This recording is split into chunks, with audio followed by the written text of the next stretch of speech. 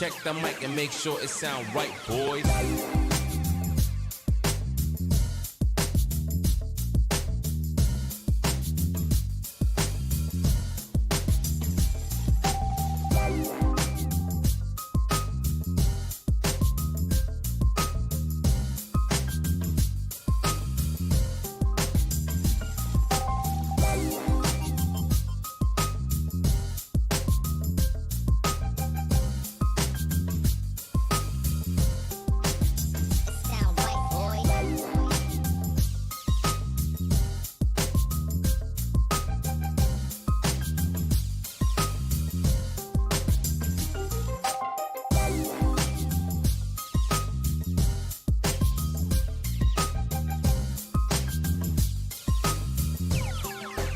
It sound right, boys.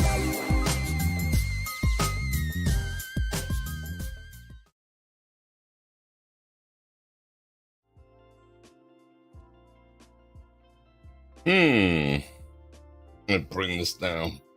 What up, people? Hey, wait. Don't go there. Come on down. Come on down.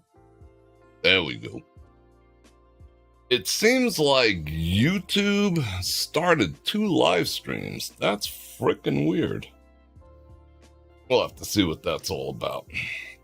Matter of fact, I'm going to see what it's all about right now, if you don't mind, while everyone jumps on board. You can talk amongst yourselves. What's happening? Just take me a second. So how's everyone doing on a Friday afternoon? Absolutely freaking awesome. I hope. Me too. All right, let's see what this has to say.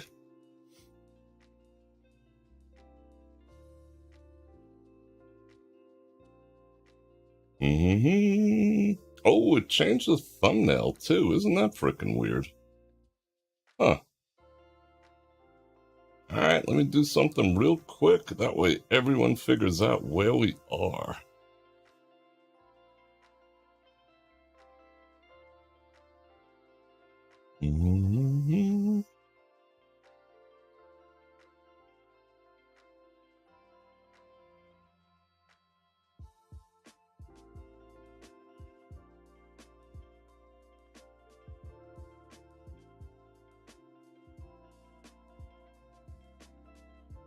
All right, I think we're done. So let me see who's here.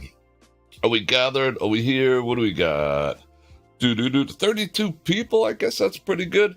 If you see anyone in the other live stream, tell them to head on over here and we'll do our thing. Because 32 people, I think I seen like 50 some odd waiting. Let's start off with some Pellegrino, one of my new favorite waters. Yeah, how does a mic sound? Should I bring it in a little closer? Yeah, let's do that. All right. I'll say hello to people in a minute. Update on person impersonating you a few months. Yeah, it's still a thing. Assholes are just going to be assholes, you know? But, like, if anyone thinks that that individual who's doing that is actually me, not much I can do about it. All right. Now I can say hello to a few people. Let's see. Kyle, Chris, Nat, and Frank. Welcome to Vegas. Angela. Rory. Grayson. Linda. Jose. Diane. Oh, all right. Keep them coming. Keep stocking in here. That was a...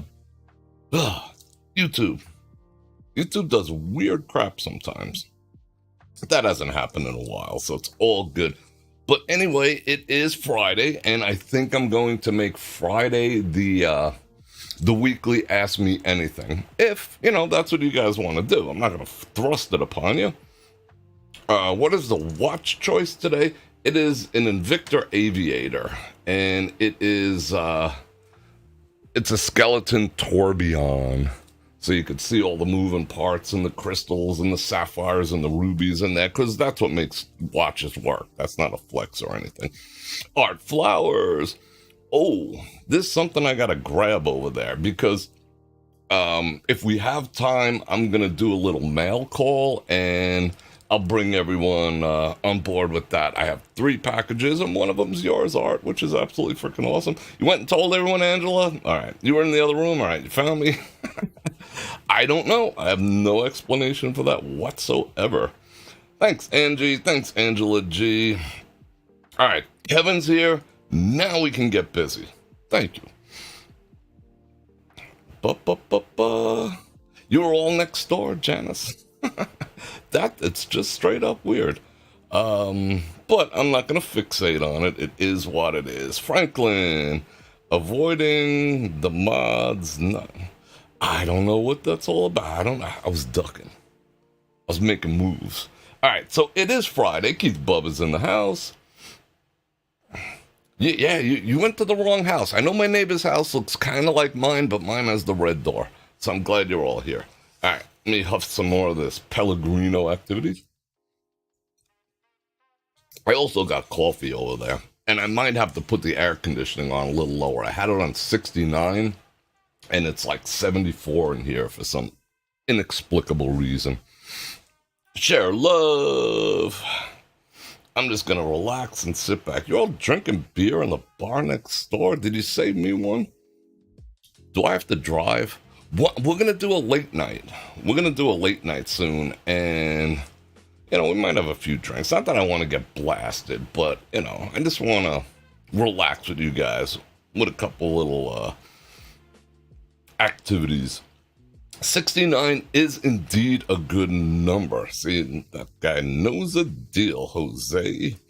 All right, Maria's in the house too. Okay, so let's get started real quick. I don't want to waste a lot of time. I want to get back into it, right into it. And if we do have enough time, I got some packages over there, which I'm going to have to jump over this desk to get.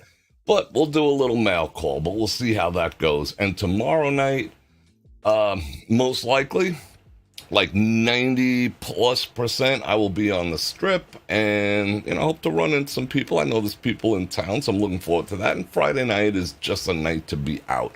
Don't feel like being in the studio, although I'm enjoying being in the studio today because it's back up to 103 when I went out there like a half hour ago.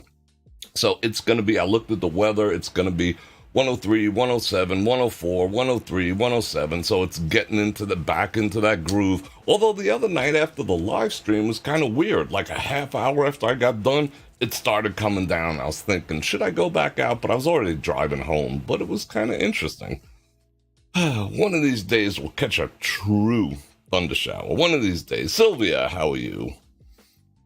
All right, Sony's in the house. I will mail you. You're going to mail me something this week, Angela? Okay, good. I will open that live. I had a super chat from Mark on the other live stream. Thank you, Mark. I did not get to see that, unfortunately. Let me see if they killed it or if it's still running. If it's still running rampant. Let's find out right now. Hold on. Make sure it's dead. It's listed. For some reason, it's listed as upcoming, which is bizarre because it's not freaking upcoming. All right. And they use some weird wallpaper. I don't know what's going on. But all I know is you're here. There's 90 some odd people here. And I hope everyone jumps on board because it's Ask Me Anything Day.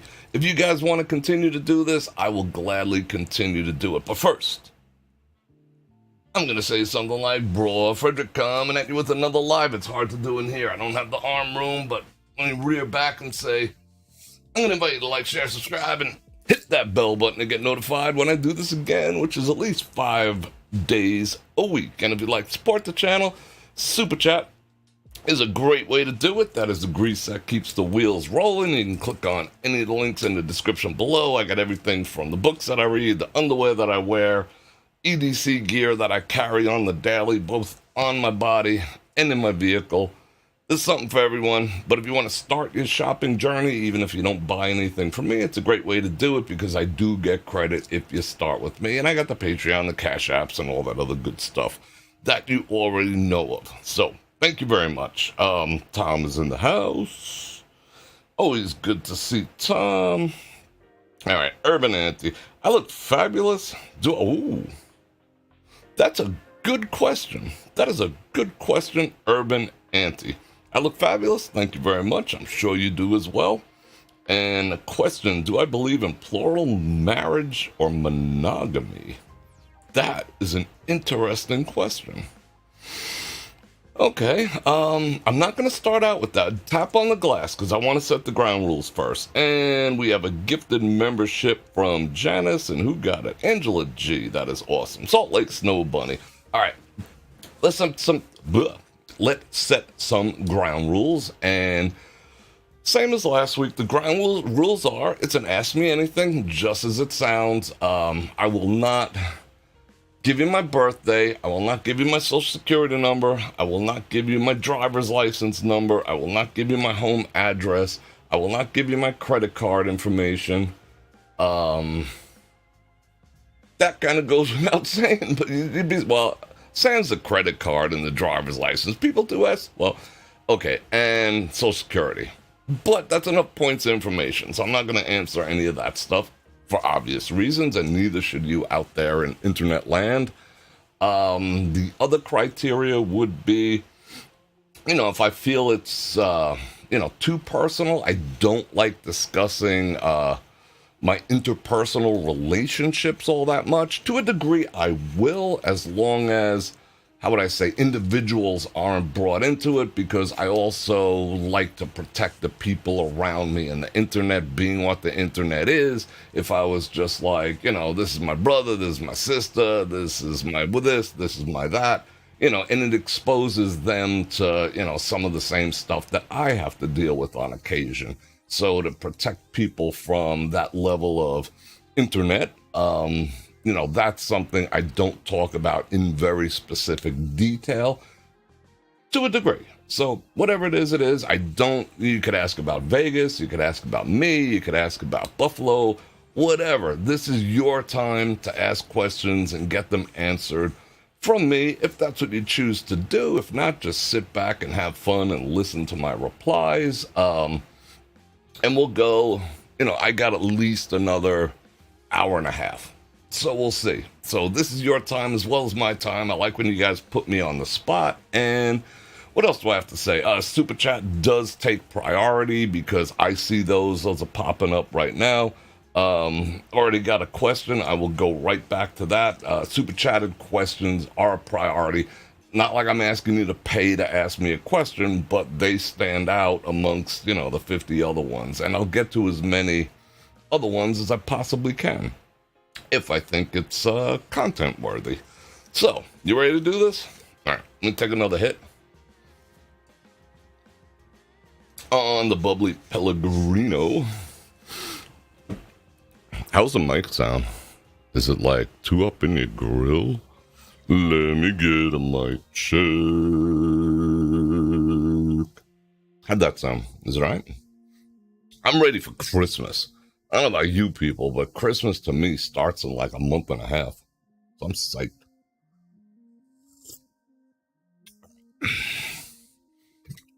Let's get into questions. All right, the first question was, and it came via Super Chat from Jose Lopez. My thoughts on the Trump indictment, the BS indictment. Well, I kind of feel the same way. Weaponizing the nation's law enforcement against your political enemies, which no matter which party does it, is just absolutely wrong. I mean, that's like, that's like Banana Republic level stuff, and it's frightening stuff if you're gonna attack your opponents and use those type of tactics in order to accomplish certain goals. Now, the indictment itself, I don't know if a lot of people are following along, but what they're doing is, I'm not going to talk about the specifics of it. I'll just talk about the premise of it. I think it's total BS. GG 5'10", and almost a half. Not quite 6 feet. With shoes on, I am. Let me deal with this quick, and I'm going to get back into them. The intent of it is they're going on almost a RICO level on this one. I'm not going to say what the indictment is, but what they did was line up 45 and 18 other defendants and are attacking them with RICOs as well. You do a RICO, you're in the federal indictment, things are being weaponized. They're just hoping that I don't believe it has any merit whatsoever. Like all the other indictments, they don't want him to run. He wasn't able to participate in the panel last night in the first debate. I don't know if anyone watched it, but you should. On both sides, watch both of them, not just a party that you're interested in. See what everyone's thinking about, because you never know who's going to end up there. They're just hoping someone cracks and says, even if it's not true, even if it's a falsehood, even if it's misrepresentation, they're just hoping someone cracks because they haven't been able to make anything stick. So under threat of losing everything you have under RICO, ruining your life, ruining your career, ruining your family, ruining your future, they're just hoping someone might crack. That's pretty freaking frightening. So, he'll skate. Talking about the debate, did anyone watch it? Vivek?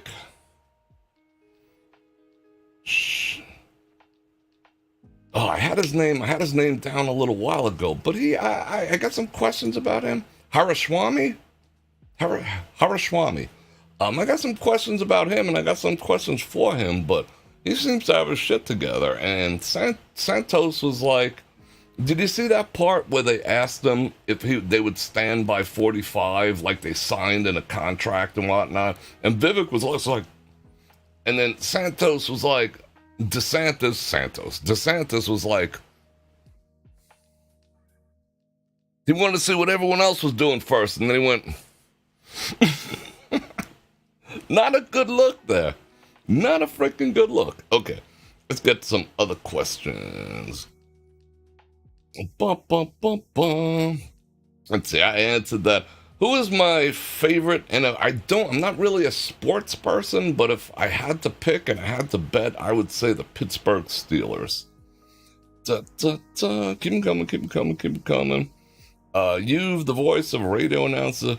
Did you ever I actually I did have my own radio show for about 4 years, from the late 90s to the early 2000s, actually right up until September 11th, and it was local here on KDAWN, and I do voiceovers on occasion, because I can do, I can do Sunday, I got all that, and over there in the corner is actually a sound booth. I haven't really done it in a while, but, God gave me the voice. Sometimes I do put it to work, and I had a lot of fun. Doing the radio show, and that's kind of the same bug that bit me in the ass to start the YouTube channel, actually. You watched on Tucker, the position is hard. Okay. Let me scroll back a bit, because I did see some questions sneak on by. Yeah, just Joe Q. Use your common sense. You are 100% correct. All right, let's see what other questions we have here. How do I feel about the miracle temporary bridge they're using for F1? Oh, they're making that. This F1 is making living in Vegas. I don't live that far from the strip, couple miles. It's making it almost unbearable. So in order to put this bridge over, which is basically something like the Army Corps of Engineers would build, I don't know exactly how that's going to work either, because the F1 cars have to go on the same road. So is it going to be double and then splitting off? I haven't seen the actual, what it's actually going to be, but it is metal, it is temporary, and it is going to be a huge pain in the ass. I mean, what can that take? A month? 2 months, 3 months, just to get it there and stabilize it and make sure it's safe, because they plan on running buses over that. It's not a walkway. It's supposed to support the weight of the concrete bridge over on 15. Will it? Maybe, but either way, it's going to be an absolute nightmare. And quite frankly, I'm up to here with F1. It is screwing up everything about living in Vegas right now. It's so good for the local economy. Is it really? Then pass us all out $100 a month to fill up our gas tanks and pay us to sit in traffic. That's the only way. Favorite hotel room in Vegas would have to be the deluxe penthouse suite at the Encore. If you've never been in one of those, it's palatial. I know there might be The Palms is another one that's 70,000 a night or 700,000 a night or some such shit with basketball courts and bowling alleys and all that. That doesn't interest me, but from a sheer, holy cow, this place is stunningly, palatially beautiful. The presidential penthouse suites, I think it's called the presidential penthouse suite over at Encore. Close second would be the also the presidential 2 and 3 bedroom top floor penthouse suites over at Trump International. I stayed in one that was like 2 doors down from him, and they're just amazing. They're also more homey. That's why I wouldn't put them first. I mean, not that that's a bad thing. When you go into one of those suites at Trump, you just feel like you're in someone's house. It doesn't have, like the Encore, there's a little more pizzazz, that you might not put in your own house that you might expect when you're in a hotel. Only difference. All right. We're just 2 lost souls swimming in a fish bowl year after year. Politics never go well, so I sing songs. All right, that's cool. So do I. What's the mood of the local Vegas community? There is no local. I mean, I hate to say it, but there is no local Vegas community. People will say there is, they'll pretend there is, but for all intents and purposes, we just look the other way. We see our neighbors and whatnot. It's just a thing. The sense of community here, and I've lived in many places throughout the United States, the sense of community here just sucks. There is no community. Everyone's coming and going, and it's not like it's bad or it's by design, but I think with the 3 shifts in town, not just for the workers on the strip, but the supporting businesses around, people just don't have time for nothing anymore. They're not interested in getting to know their neighbors. I have a couple neighbors where I can knock on the door and say, hey, I'm heading out for the weekend. You watch my place, I watch yours, yada, yada, yada. But for all intents and purposes, I couldn't say there is.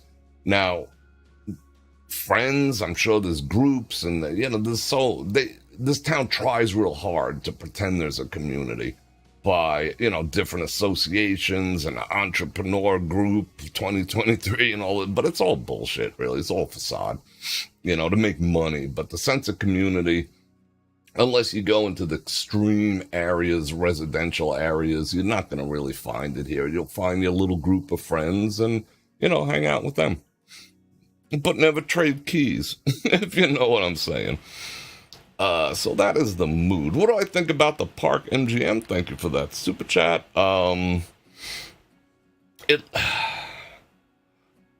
Like if Bavette's wasn't there, I would never go. There is nothing about that place that appeals to me and has nothing to do with the smoking situation. I think it's run kind of weird. When there's a concert, half the casino gets shut down and people have to, go through ropes and all this other nonsense. And I just, Italy is nice. I enjoy going there on occasion, but there's just, their idea was to renovate it and turn it into something new instead of what it used to be, which was the Monte Carlo. And it looks like their budget got cut short. The machines there are tighter than a snake's ass, can confirm. Table games are lackluster. I've always felt going through that place, and maybe it's because of the non-smoking, and it has nothing to do with me, but I think the people there are a little more guarded, and the security and the pit bosses, everyone's like looking to bust someone smoking. That's what it appears like to me, that the sheer amount of screw face in that place to me is absolutely unpleasant. But the place is all right. It's okay. But it's not, if Bavette's was not there, I would never even walk in the door, personally.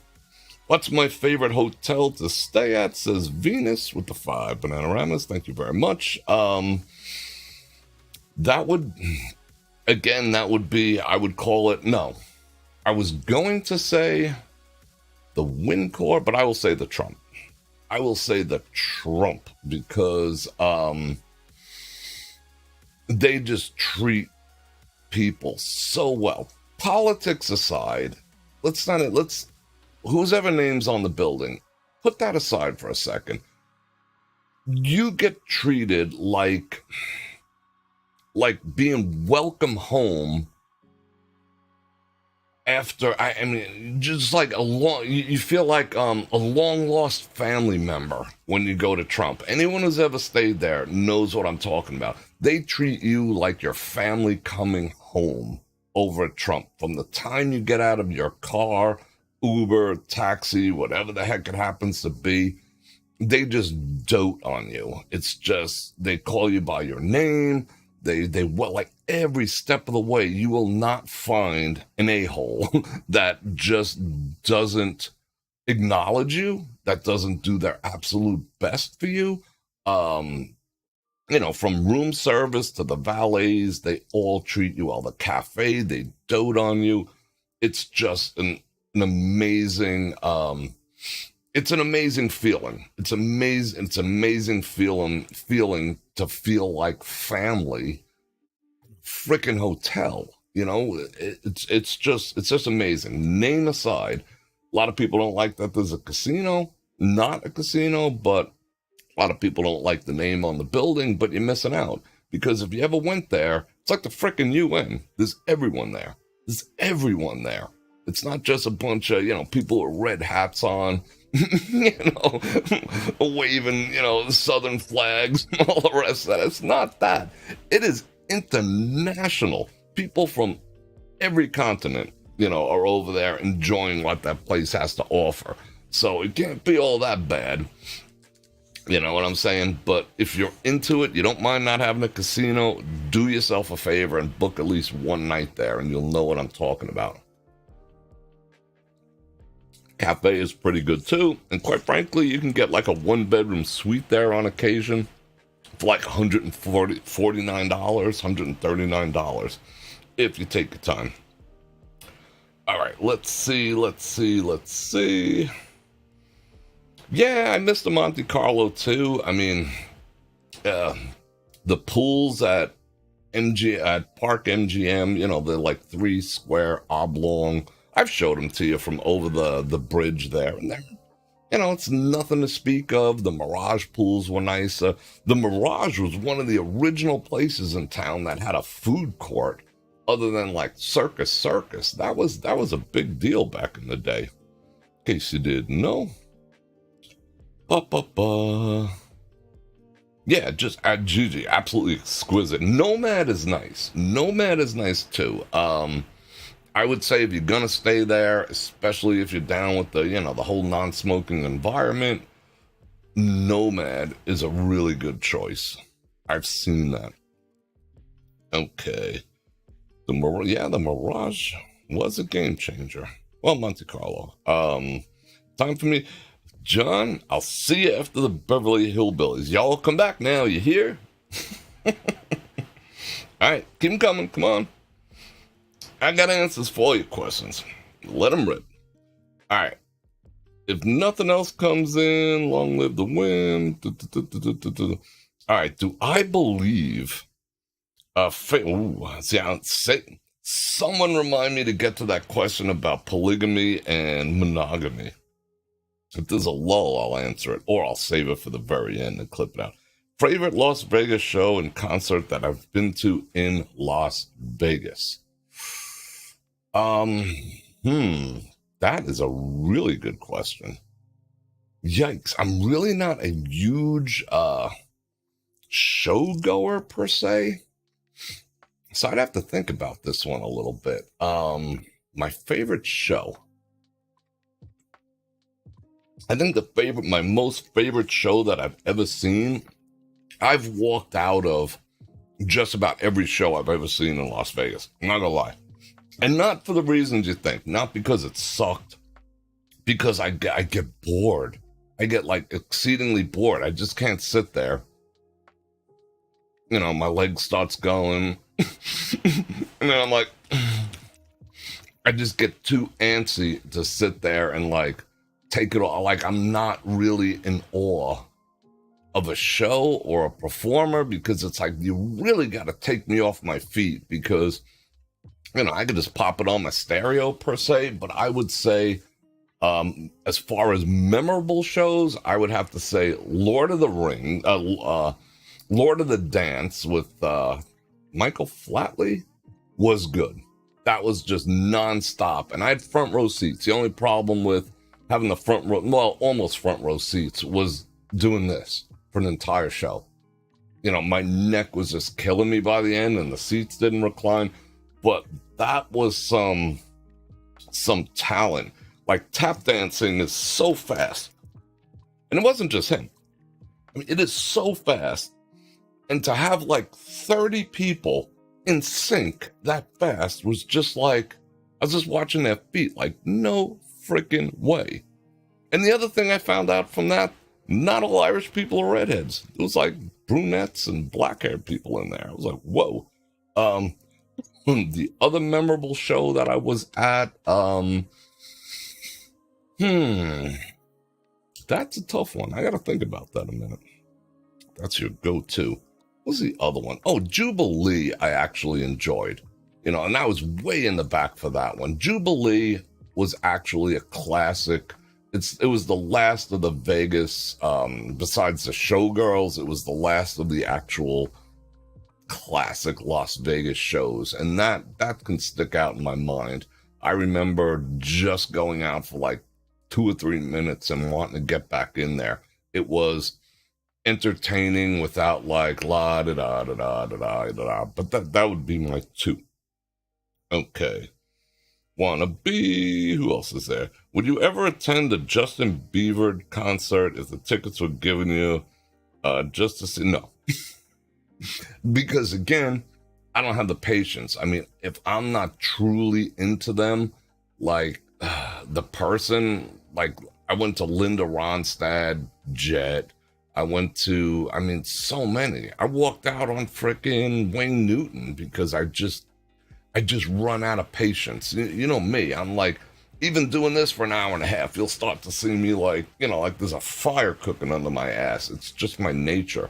So I'd really like, even if it was Sinatra, I don't think I could sit through it. That's why I like a little more intimate setting. That's why I like places like the Mayfair, where I like dinner clubs rather than shows more. Like, you know, at least where there's a table, I could have a drink, have a cigar, or have a meal, or whatever the case may be, because at least there's an activity. Like, I am not one to sit on the beach. Like, if we went on vacation, I just could not lay there and put a towel out and be like, oh, this is the best day ever. You know, I couldn't do it. You know, I'd have to like, all right, I'll be right back. I'm gonna go get some fishing gear and some bait, and I'm gonna fish. I have to keep myself occupied and mentally stimulated at all times. Would I see a Taylor Swift concert? Probably not. Yeah, it's not even a patience thing. It's just this constant sense of needing to keep in motion. And I wouldn't say it was patience, because I'll wait for things like fishing. Okay, if I was fishing, I would have to exercise patience until a great white came along, and then I'd reel his ass in. You know, so I would exhibit patience, but I need activity and stimulation to make me happy, you know. I wouldn't say happy, to make me fulfilled. You know, I like goals. I like things to do. Just, you know, I constantly feel in my life, and maybe that's something I need to change, that, you know, how would I say? Relaxation is completely secondary. You know, like at the end of the day, if I feel like I've done my best, and this is how I judge my life and my day.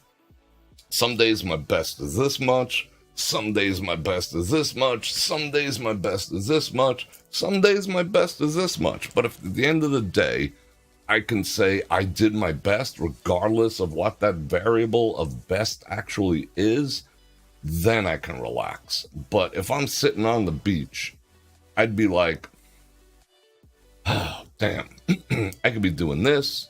I could be doing that. I could be doing this. That's just how my brain works. Do I like Howard Stern? I've had a love-hate relationship with him. I met him a couple times. I don't like how he waffles. I don't like how he treated his wife during his tenure, his original wife. I mean, I thought some of what he put her through was absolutely despicable. I know it's all in jest and in fun and whatnot, some of the stuff he did, but some was like absolutely despicable. Some was good comedy. He was like supposedly the king of comedy at one point. So I got a love-hate relationship with him. His politics wave back and forth, with whatever, and he's just a weird individual whose time has come. Favorite ice cream would be plain old simple chocolate, but I could do Napolitan. Is that a Napolitan or something like that? Someone asked me who's my favorite comedian. Art Flowers. Believe it or not, I like two comics for two specific reasons, for the same specific reason. I mentioned one of them the other night, which is Dave Chappelle. Don't always agree with everything he has to say, but and I do agree with a lot of what he has to say. He's not afraid to say it. He's not afraid of backlash. He just calls it like he sees it from his perspective, and he is an awesome storyteller, aka, the baby on the street corner and all the other stories that he tells. He's great like that. And it's coming from a place of, I'm sure it's rehearsed, but it's coming from a place of real. The other one, which people might say, and I might get a little backlash for this one too, and I do like Theo Vaughn. I don't know if I call him a comedian, but Patrice O'Neal. A lot of people don't even know who Patrice O'Neal is, and at one point he was like the most hated comedian on earth because he just gave zero Fs. He pushed the boundary of everything. I mean, he'd make a joke out of, he'd like try to crack jokes at a funeral because he didn't care, because he was always about pushing the envelope in terms of what you can talk about. And he felt, and that's why I get into satire too. I like pushing the envelope of what can be talked about, because through comedy and through laughs and through interpersonal relationships like this and through satire, it gives people the opportunity to discuss the hard topics that you can't discuss at the dinner table, that you can't discuss in a court of law, that you can't discuss at, in a more formal setting. Because it's like, you take the edge off it if, you have a little something funny to say about it too. And he was all about doing social commentary. And, Red Fox was like that too. He was all about doing social commentary, but putting a spin on it, making it a little funny. Like, just when you were butthurt enough by what he said, he'd come out with something funny to to make you stop holding your breath with smoke coming out your ears, because it was never his goal to make everyone in his audiences laugh. It was only his goal to make some of the people laugh and the rest of the people think. And I think I try to do the same. I really don't care if people agree with me. And quite frankly, I really don't care if people like me per se. I would love to be liked and like to be loved, but I just want to make people think. If I'm just the catalyst to make people think about certain things, maybe change a few things, maybe improve a few things, maybe take a stand on a few things, even if it's against me, that's a good thing. I've always viewed that as a good thing. Patrice O'Neal was the same way. He was just like, F it, because if I don't have free speech doing what I want to do, then nobody has free speech. He was so far ahead of his time. Like, he was dealing with quote unquote cancel culture long before the term was even coined. He was just like, look, I said this, they're trying to shut me down, they're coming after me on social media. I'm out here trying to promote freedom of speech for the rest of you. So I'm willing to take the flack to show people that it's okay to say what's on your mind, So check out Patrice O'Neal later. All right, let's scroll back a bit more. Don Mack, was I a fan of Don Imus? He was a staple back when I was like very young. He got crucified for saying something that people really didn't like. They canceled him for that.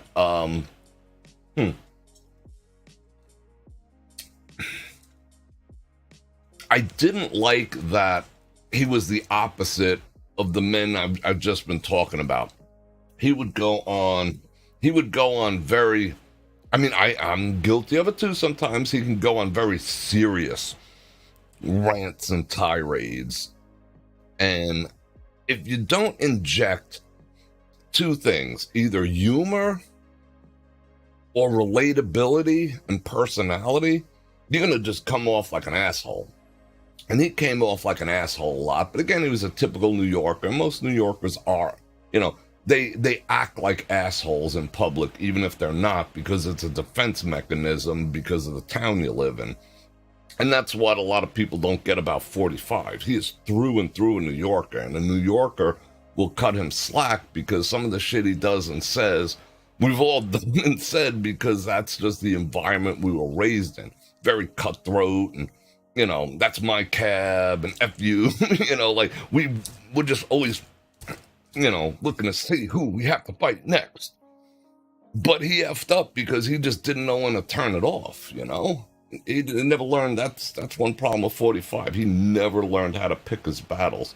And Don Imus, he was just too like Ranty McRanterson, but I think it was a little less relatable. You really had to like what he had to say to sit through him. So that's what I got to say about him. Papa Delt says, great minds think alike. I'm with you, bro. I appreciate that. Thank you very much for the comment. And, of course, the super chat. I appreciate you. Brian Schwag says, I saw Red Fox in Vegas front row seat. He was the GOAT. He was the GOAT. He would say some stuff, Do I like Roseanne Barr? I've been hearing that name come up a lot because of, I didn't even think she was relevant because I threw that baby out with the bathwater of her making fun of the national anthem. I was just like, really? That put me off in a way, So I just wrote her off. And I never liked that Roseanne Barr show with the other dude and the kid. There was just something about that show that I found very creepy. Never really enjoyed it. I never even laughed. I couldn't find a laugh in there, because they would, I don't know, whatever. So I never got into her. However, the whole controversy with Theo Vaughn and like the media does, including our local one, including everyone throughout the planet, they took something that she said out of context. If you take anything out of context, you could take the word I just said and, we're all assholes and say we're all assholes. And then someone could say, Bror Fredrik called us all assholes. It's just that simple. That's just a media tactic and it's lame AF. Only weak-minded people fall for it. Unfortunately, there's a lot of weak-minded people out in the world. They did that to her. And I heard that she's, a bit more conservative and a bit more thoughtful now. So I'm tempted to go check out her podcast because everyone's doing a freaking podcast now, including me. I guess there's a podcast. What is it? So I will check her out and I will let you know. Is there anyone I would like to meet? Not really. I can't say that. I would like to meet Elon Musk. Not because of his celebrity, not because of his money, not because of Tesla or any of his businesses. I just have questions for him. I just have a lot of questions for him because he's either one of the greatest human beings or the Antichrist. And I have a tremendous sensibility. I could just be in a room with people. I don't even have to sit next to them. And I can tell you, I'm almost clairvoyant when it comes to interpreting people, situations, their ideas. I mean, if you know me, you know me. I mean, I don't even need to speak to a person, and I can tell you everything you need to know about them, everything why you should stay with them or away from them just right off the bat. I have an incredible sense of discernment with individuals. And I want to be in a room with Elon Musk and figure out whether he's trying to save the world or just freaking wreck it. So, Elon Musk. Okay. Elon Musk. George Carlin. Yeah, I mean, George Carlin, I just, like, he was, I watched that thing, the 7 words you can't say and whatever. He was going like, full blown anti the man before I grasped who the man was. So I never really got on board with him. Now I know who the man is. Richard Pryor was good too. Jim West is in the house. Do I think Carrie Underwood is hot? I don't know. I don't think I've ever seen her. I'm going to have to Google her. I'll look her up right now. Let's see. Let's check her out right now. What's new with Google? I don't know. What's new? Carrie Underwood, American singer. All right, let's check out Carrie Underwood, the American singer. Images, please. Let's check her out.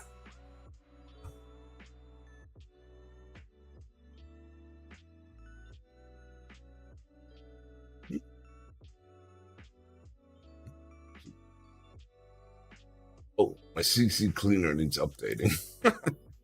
Let's check her out. She's getting some quad activity going on there. Not really my type. Oh, that's not really my type. Nope. I'm not saying she's not an attractive woman. Is that actually her? Yeah, that's Carrie Underwood. Okay. Yeah, I mean, she's an attractive woman, but not my type.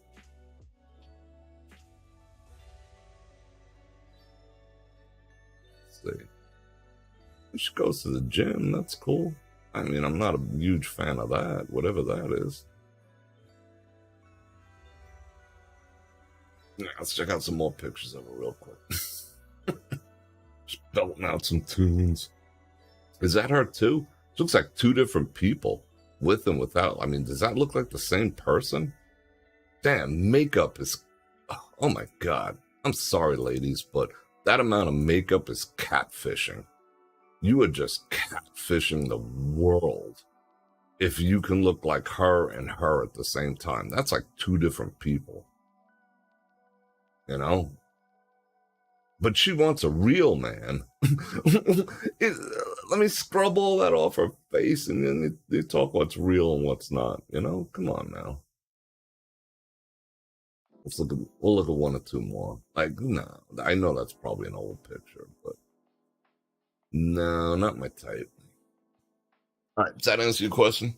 Attractive, but not my type. Definitely not my type. I wouldn't say definitely, but I'm too funny. Well, as long as I'm here. Yeah, I mean, I always got to keep moving. Got to check out a few more pictures. Searching. Oh, okay. Mark says searching. Okay, Carrie Underwood.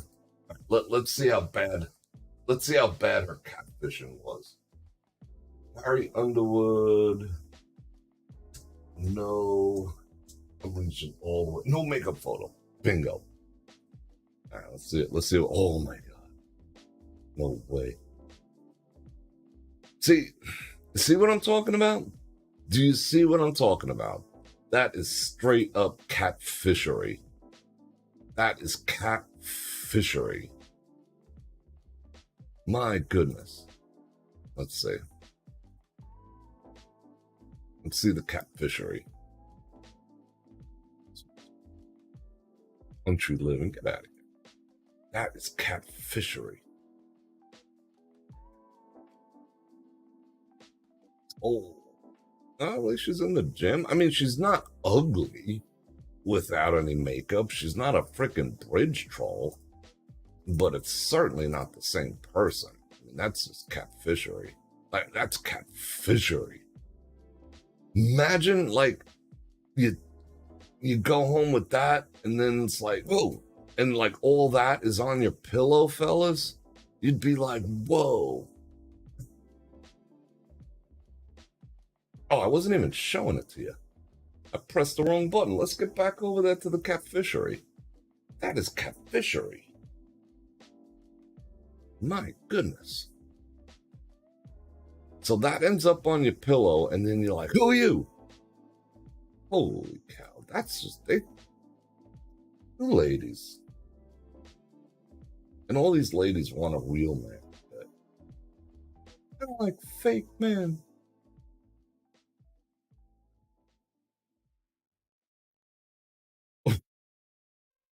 Enough of that. Okay, enough of that. I'm at a Metallica concert and the wife is at a Dave Matthews. Do you think opposites attract? Opposites attract? To a degree. Sometimes when opposites attract, it is toxic. It is toxic, but great sex. But toxic. So, it's got an expiration date shorter than a jug of milk. However, I mean, if you can't even agree on music, someone has to compromise. Because someone's wearing headphones the rest of their life and someone's enjoying it, on all four speakers all over the house. And that's kind of a sucky way to live. What is my type? I'm going to save that question because that is the damn good question. And I don't want, unless, it tones down.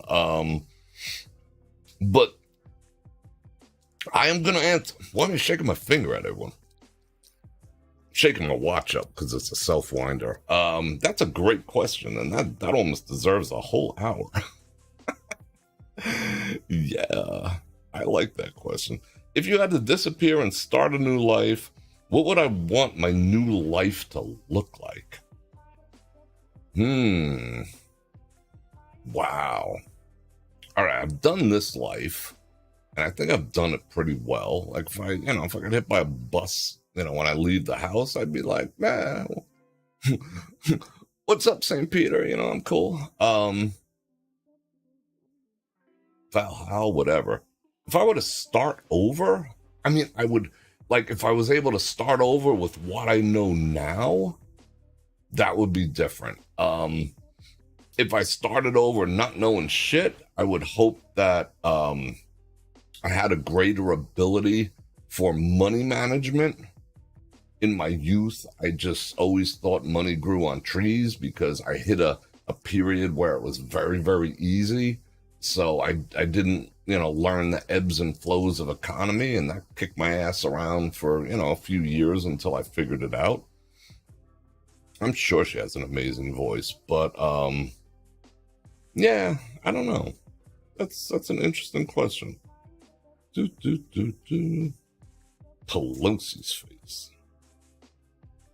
Yeah, I mean, I gotta be honest. Let's see, what was the other one? If I had to disappear. You know what I would want to... Okay, I'll refine that, Angie. If I were to start over, not knowing, I would hope I was... like, how would I say? Off-grid, per se. I wish I was born in a Thomas Kincaid photo with a little lake and a dock. And, that to me is just as an amazing life, I mean, all right, I grew up in the big city. I hang out in Vegas, I floss some stuff once in a while and yada, yada, yada. But the simple life is really attractive too. There's nothing wrong with that. Living off the land. I would living in a cabin, all that type of stuff. It's like I said, guys, it's very easy to to be happy as a man, believe it or not. And, women can't wrap their heads around that. It's very easy to be happy as a man. Could I bring another person into that in a relationship, make her till the dirt with me and skin the deer and all that? I think that would be a harder life. But I think I would like to experience the truth and simplicity of the simple life. And I personally have never had that. My life has never been simple on any level to this day. And maybe that's, some of my own doing, but it's never actually been simple. And I don't necessarily want at this stage simple. I like having a little edge. But if I were to do it all over again, if there was such thing as reincarnation, which I don't believe there is, I would say I would choose a simple life and just frickin' chill and appreciate. Not that I don't appreciate sunsets and, smell the roses and all that. I enjoy the simple pleasures, but I mean a simple life, completely non-materialistic, enjoying the sound of rain, coming down on my porch, enjoy just sitting around enjoying a fireplace without all the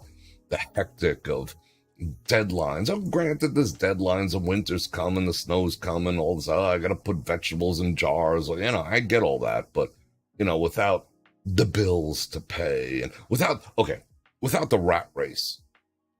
I don't think I've ever experienced life in a non-rat race way, if that answers your question. So to get off the hamster wheel does have some appeal. Okay, what else we got? Simple life is you grew up in a cornfield.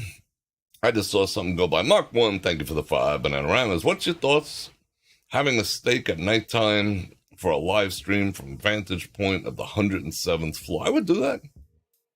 I would do it. Are you inviting me? I will do it. I promise I'll do it. I think that'd be fun. I think we would have a good time. Just talking shit and looking at views and having a steak. I would do that. Yeah. Have I ever been to the central coast of California? Asked Kyle. What would you consider, follow that up? What would you, I don't know exactly what the central coast is. Call me ignorant. I don't know. So expound on that and I can be a little more specific. I don't know. It's a pretty good thing. Great view on the back of my book. You grow potatoes in Idaho? Yeah, Idaho potatoes. Joe is merry acting up. What are we talking about? Simple life is good. You guys talking about potatoes. Would I ever consider moving to Sweden? No.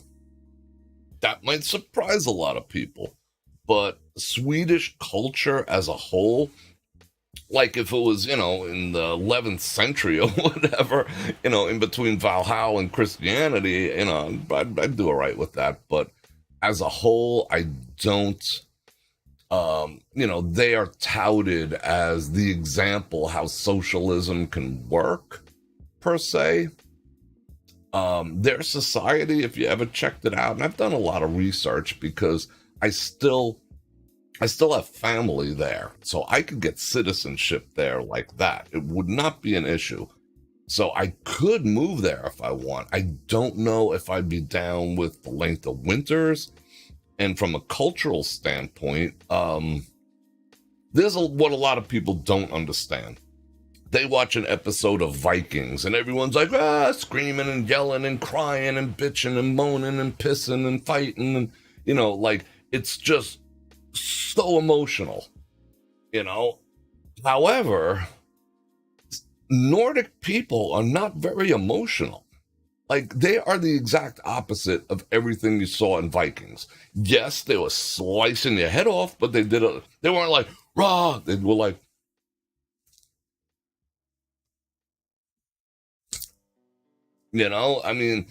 it's stoic. If you ever studied stoicism, that's a Nordic thing. Yes, tapping on the shield and raw, that was all part of warfare.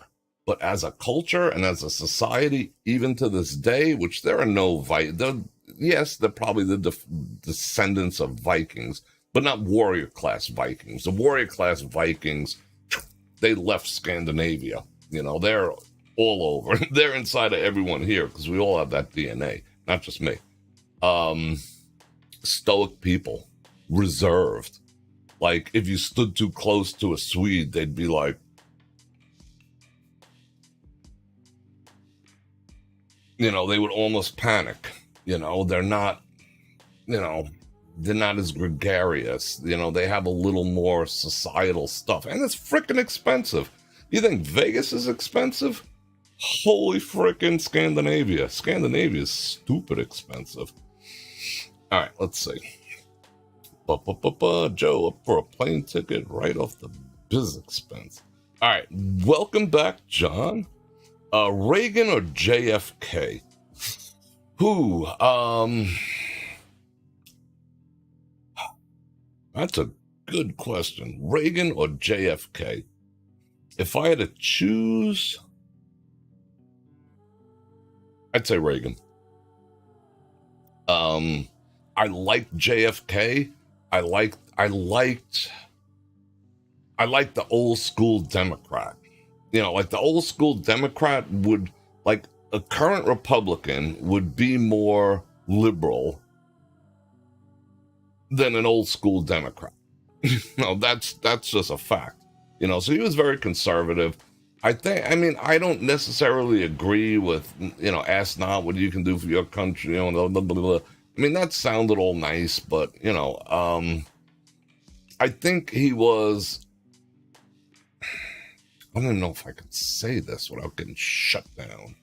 I think he was in too deep with the deep state, and then like when he was coming to terms with it, I think he was like, really? That's how shit works? I think I'm going to expose it. You know what I'm saying? He had his moments. He took us through some things. I don't know, other than, oh, he's so handsome, whatever. I don't know what his actual contributions were because that was before my time. I'd have to study it. Reagan, on the other hand, I was coming of age. Well, not really coming of age. I was still young, when Reagan was around, but I think he was more of an eloquent speaker because he was an actor. Right, wrong, or, indifferent. I did like some of his policies. I do believe in trickle-down economics because what's the other side of trickle-down economics? Trickle-up poverty, and that's where we're at now. So yeah, I'd have to go with Reagan. Yeah, I'd have to go with Reagan. Let's see. We're still talking about potatoes. I like this cowboy ways. And you know what the other thing is? When it came to certain things, he gave 0 F. Same reason why I like Patrice O'Neal. Same reason I like Red Fox. Same reason I like Dave Chappelle. Same reason I like me. At some point, you got to stop caring what other people think. You got to stop worrying about, like offending people and whether people like you and tiptoeing around other people's triggers and tiptoeing about other people's traumas and tiptoeing around other people's sensitivities. Yeah, that's no basis for life, let alone being a leader. You got to break some eggs, and Reagan was just like, he just did what he said he was going to do as best as his ability. And he said what he was going to say regardless. He knew some people would get butt hurt and whatnot, but he said things anyway. That's a sign of a good leader, right or wrong. You got to speak what's on your mind. You can't coddle your constituency like we're dealing with now. The White House is basically saying we all get an award, just for showing up. We're all being coddled to death, to absolute death.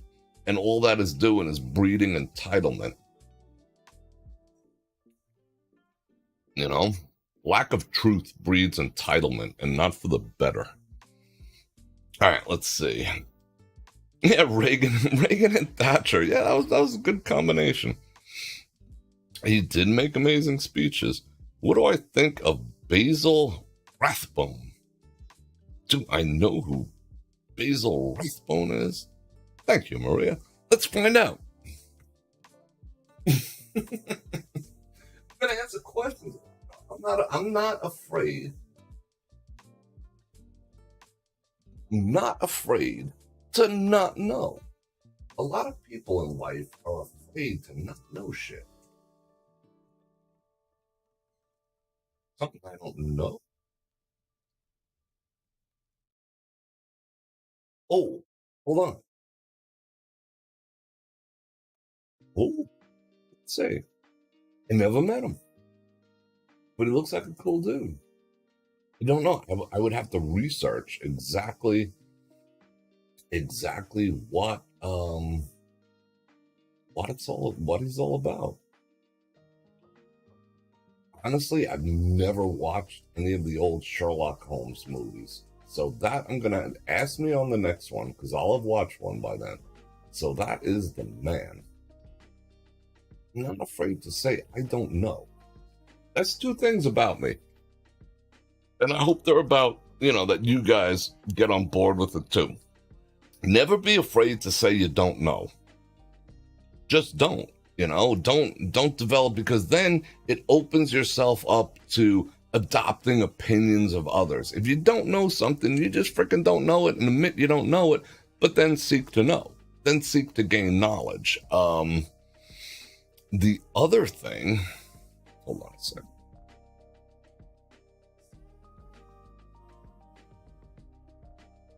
Yeah, never be afraid to say you don't know.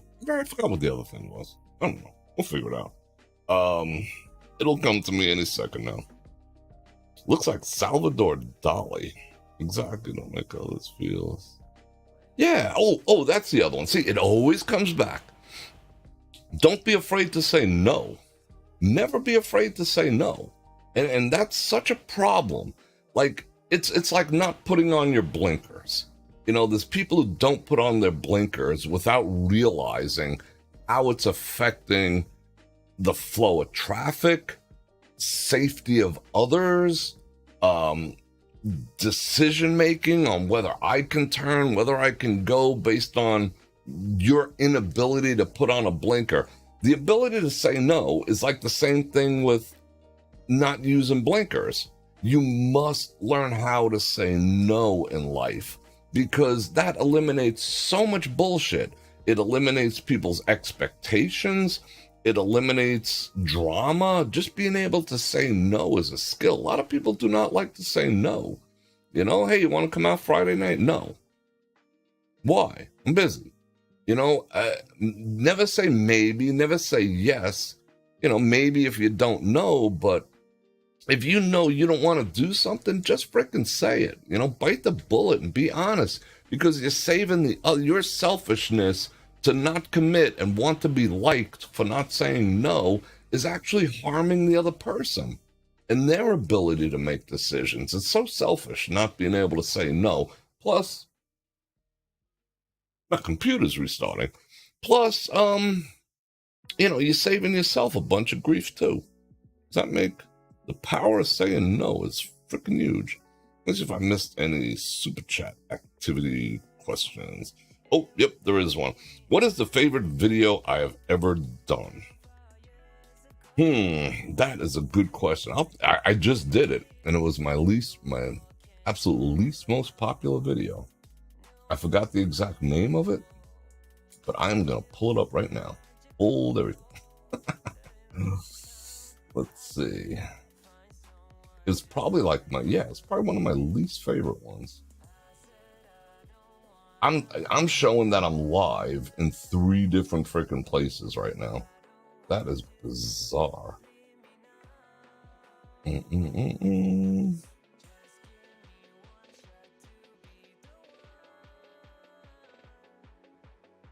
right, I'm gonna tell you. Let me get over there. YouTube has acted freaking weird. What is up with YouTube? Right, let me scroll down and take a look at this here. I mean, one of my favorites was, I Can Beat the Odds and So Can You. That was actually one of my favorite videos that I did. I enjoyed the girls' night. I'm enjoying my recent ones. Even though like some of these are barely getting any views whatsoever. I really don't care because I'm enjoying putting them out. I don't necessarily care what the reaction is. And YouTube will eventually find an audience. But basically my newer content that I'm putting out, and I know some people might be getting rubbed the wrong way. Some people want to see me just, keep marching around Las Vegas, but I have a greater mission in life. I do. Someone said last night on the comments, they made it seem like the reason I'm talking about relationships per se is, something from a personal level, which it is absolutely freaking not. I just feel it's very topical.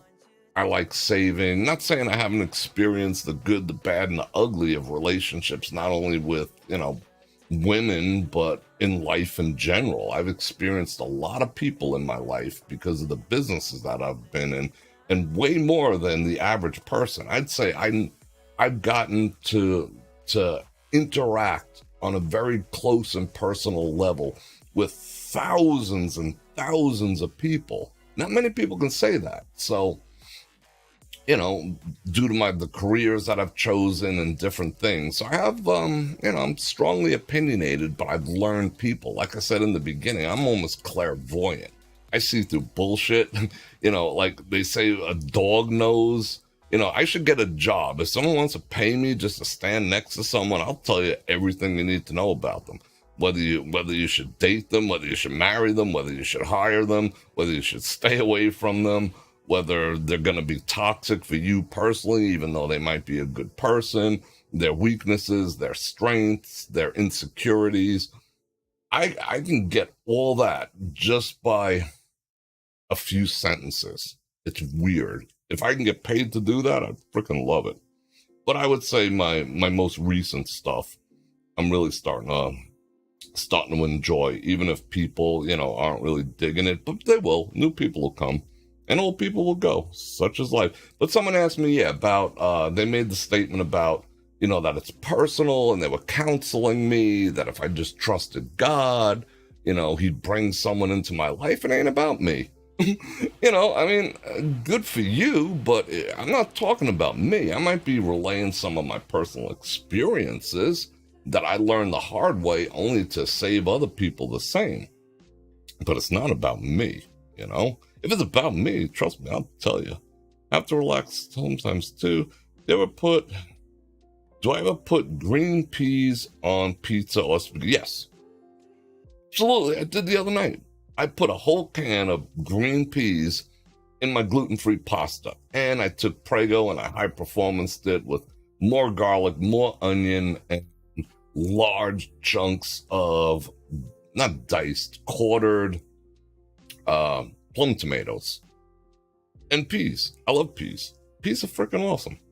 I absolutely love peas. Bror, 5 banana rose from Maria. Thank you very much. Your photography is amazing. Why, after the pandemic was over and things, didn't I restart my studio? It was too late. By the time all was said and done, it was too. I could have. Granted, I could go back to photography now.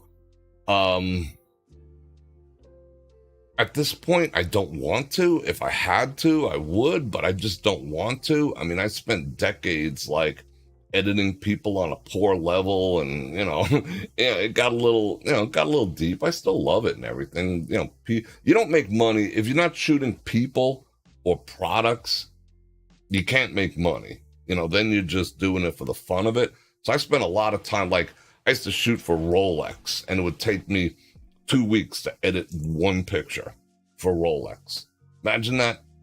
Just oh shit, I missed a piece of dust. Because if you put this watch under, a macro lens, it's full of freaking dust. Even if you clean it, it's dust on the inside. Nothing to do about it. Anyway, I digress. Um, my business was heavily reliant upon people coming to town. When they closed the strip, I was booked out for 6 months. I had all those cancellations and I refunded all that money for 6 months. And I stayed that way from the time maybe 6 to 8 months after I moved into town. I was constantly booked. It's still restarting. What the hell's wrong with that? I was booked out 6 to 8 months all the time, from the time I got back to town a little bit later. And it was all reliant on, people going back to conventions, yes, but people, and some on the strip, yes, but I did that more the time before I lived here.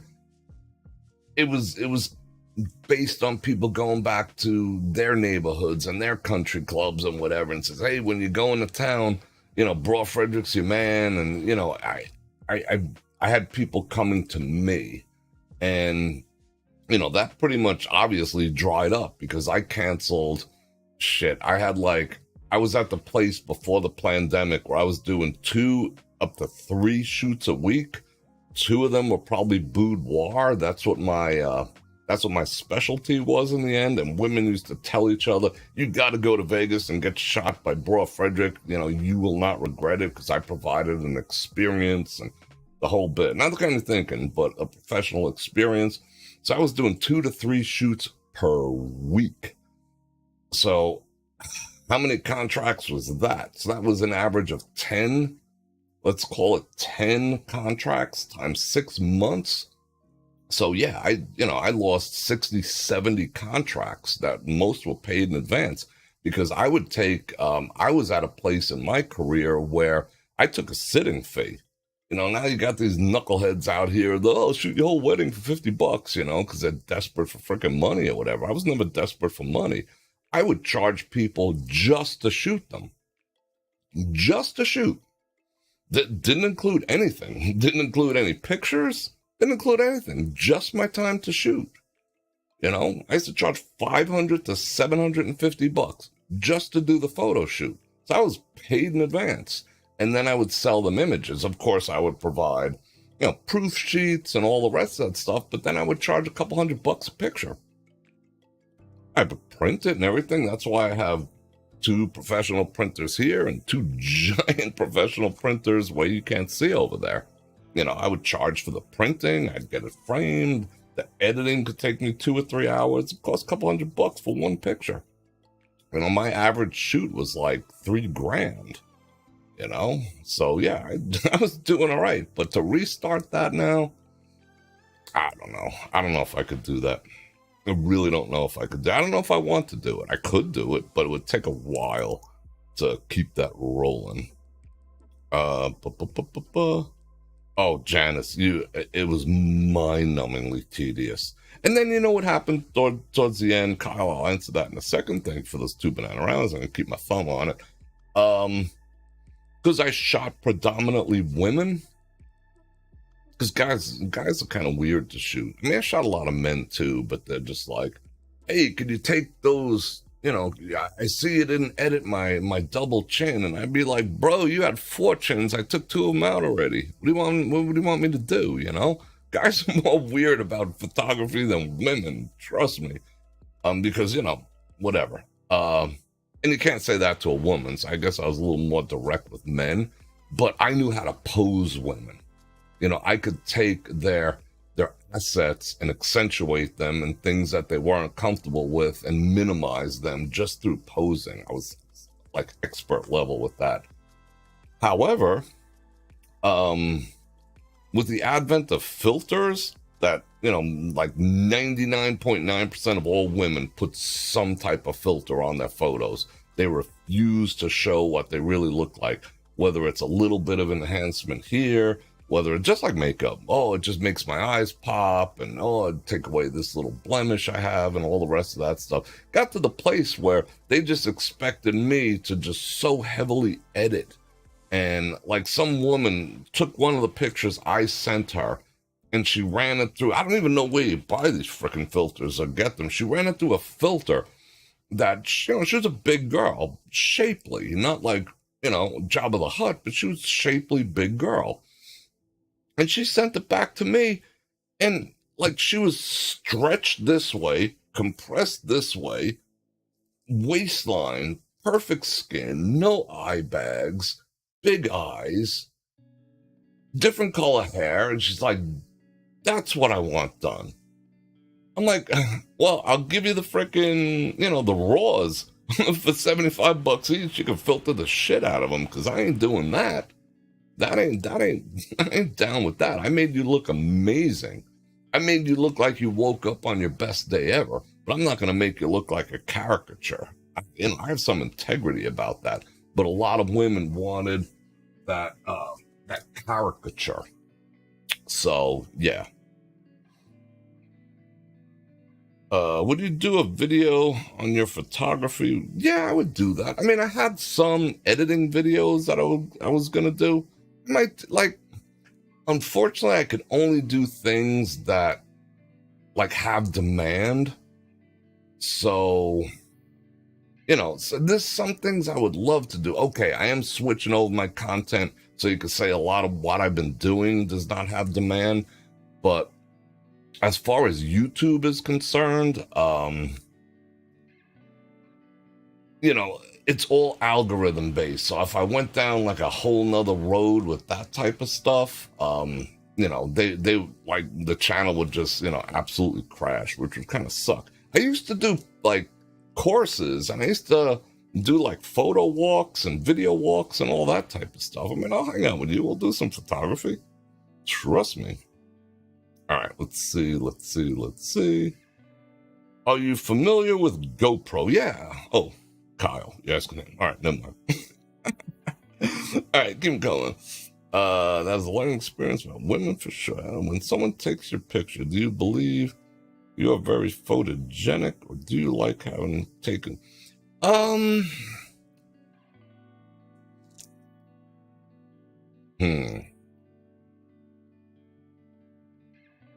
I like having my picture taken. I think, I think I look better at like 50 feet away doing 50 miles an hour. You call that a 50-50. But I'm content with the way I look. I don't care if people take pictures of me per se. I think, the surgeries changed my look a little bit. I think my face is still changing, I feel in one way when I look in the mirror, I don't see the person I saw before the surgeries, but I'm okay with that too. I don't mind. I don't filter myself per se. Like I'm looking at my thumbnails here. The only reason some of them like might appear slightly filtered is because, I'm screenshotting a video, which is like super, super low compression. I mean, high compression, low res, high compression. But I'm comfortable with me. I think everyone should be comfortable with themselves because, at least men, because there's honestly nothing you can do about it. You could bemoan how you look and all these other things, and, you're still you. So it doesn't really matter, so to be non-accepting or have non-acceptance of your own looks is kind of sad, that's another thing. Like I've seen women like in friendships because one posted a picture that this one didn't make me look good. How dare you do that to me? Take that down or we're never friends again. I don't get that, but that's kind of the world we live in of filters and all this other shit. People should just be themselves. I think there should be like a week without makeup law in the United States, in the world. And I think that would reset society. It'd take a lot of people off that freaking pedestal, and it would take a lot of people, and a lot of people would realize that we're more alike than we actually realize, because true natural beauty, whatever, you know what I'm saying? Guys, if you don't like your looks, if you don't think you're attractive, if you don't think you're handsome, if you just straight up think you're ugly, go to the gym. Trust me, that takes your facial score. Grow a beard and then go to the gym. Problem solved. You're not ugly anymore. You're fucking hot. Women will approach you. Go to the gym. The worst thing a man could do who doesn't have the facial features that society finds attractive is go to the gym. Go to the freaking gym. It's an automatic elevation. But what men do is they just like, I don't look like Brad Pitt, so I'm just going to turn into a freaking couch potato, thus killing their looks even further. Because that same dude, if you had a freaking great bod or were in at least reasonably better shape than you've allowed yourself, why let your body match your face? If your face looks like, you got hitting the face with the ugly stick, that doesn't stop you from getting a bod that people crave. So get up off your asses and do something about it, Just being real, that's something that's in your control. Your face, you got no freaking control over that. But how your body looks, that's 100% in your control. So get out there and do something about it. Yeah, that's an insecurity. I'm the same way, because men can't hide. Men can't hide behind layers of makeup. Men can't hide behind cleavage. Doesn't matter how big, small, you could be 500 pounds, you could be 70 pounds. Little cleavage takes a woman's, sexual marketplace value up a few points, You're not really looking at the face, you're looking at what's staring you in the face. Women learned how to do that. Makeup goes a long way and all the rest of that shit. They have like dress styles to, hide this. And I saw one ad over here, this woman, she was talking about these like fabletics that they pull all the way up to under here. And it's like the whole body goes like it's in saran wrap. That's catfishing. That is catfishing. Or the women who take pictures like this. From the top down to appear slimmer. That's freaking catfishing. But men can't do that, Men just have to deal with what God gave us. Well, what are we going to do about it? Other than like men's hair club for Bosley men's hair? No, the bod is where it's at. The bodies, bro. That's what you can control. You can't put makeup. Jeez. Oh, thank you. Brad Pitt is hot. River runs through it. River runs through. Is he hot? I don't know. Johnny Cash. The best, most iconic photos I've seen are with the flaws left in. Yeah, exactly. Exactly. See, in a man, it's called character. In a woman, it's called age. It's sad because there's a brief period between when men and women look their best. It's very sad. Men are still growing in looks as women start to drop off. And there's this period you could hone in on where both parties are like, I don't even want to go there. That's a whole nother topic.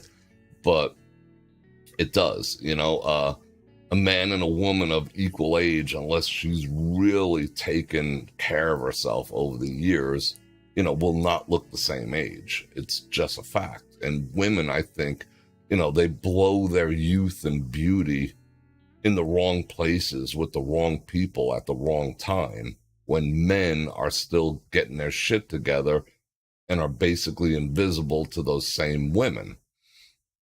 That's just a fact, unfortunately. And then women, then they got to do, women, like the dead give like so much inflated lips. All you got to do, if you want to see if a woman has anything done to her lips, trust me, I've photographed thousands of them. I know how to put makeup on. I literally know how to put makeup on a woman. Not because, I'm femme or whatever. It's because that was my job. I used to have to touch women up all the time after the makeup artist leave. I'd be like, oh, let me just fix this a little bit. I was freaking good at it. Not put it on myself, but you know what I'm saying? Just look in the corners of the mouth.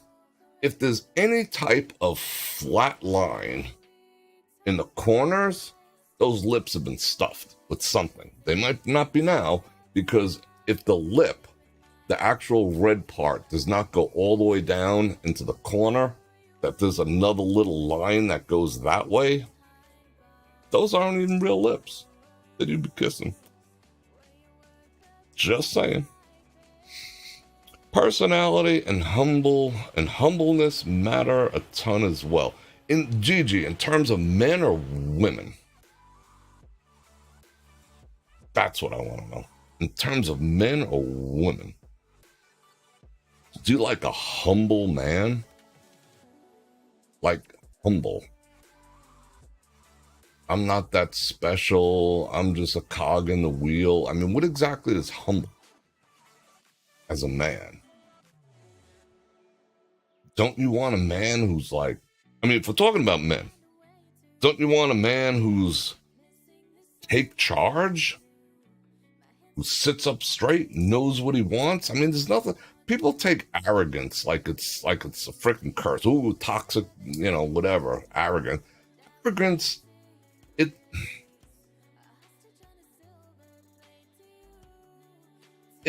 how would I say? If it's true, it ain't arrogant. That's all I gotta say. If there's truth to your bravado, if you can back it up, if you're not full of shit, you can be full of yourself and be full of shit, and you can be full of yourself and not full of shit. So humbleness.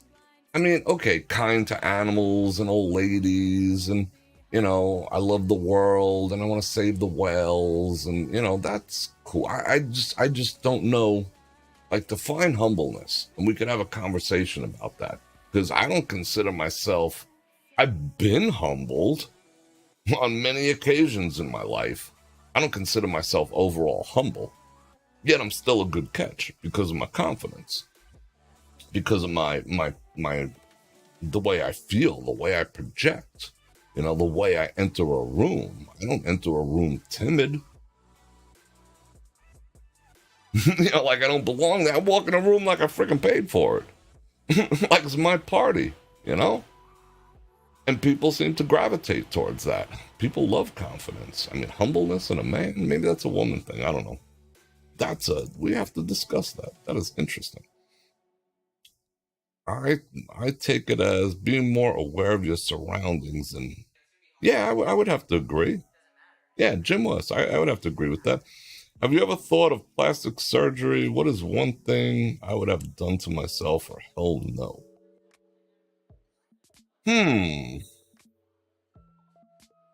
Saying I'm ugly?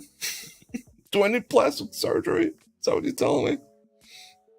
I don't know. There's a difference between being arrogant and confident. Yeah, absolutely. But humbleness, I don't know. Integrity and humor are important as well. Yeah, absolutely.